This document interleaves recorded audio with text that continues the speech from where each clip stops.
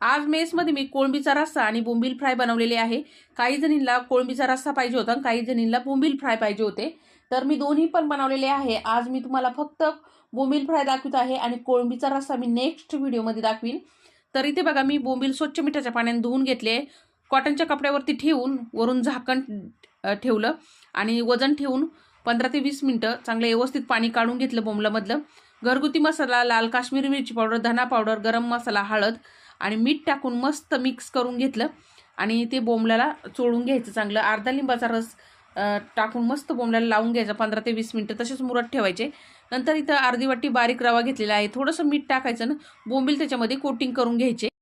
तव्यावरती तेल गरम करून घेतलं आणि बोंबील त्याच्यामध्ये सोडून आलटीपलटी करून क्रिस्पी कुरकुरीत होईपर्यंत बोंबील चांगले फ्राय करून घेतले। तर मंडळी, एकदम क्रिस्पी आणि कुरकुरीत आपले बोंबील तयार झाले। बघताय काय मंडळी, या तुम्ही पण खायला। भेटूया पुढच्या व्हिडिओमध्ये। धन्यवाद।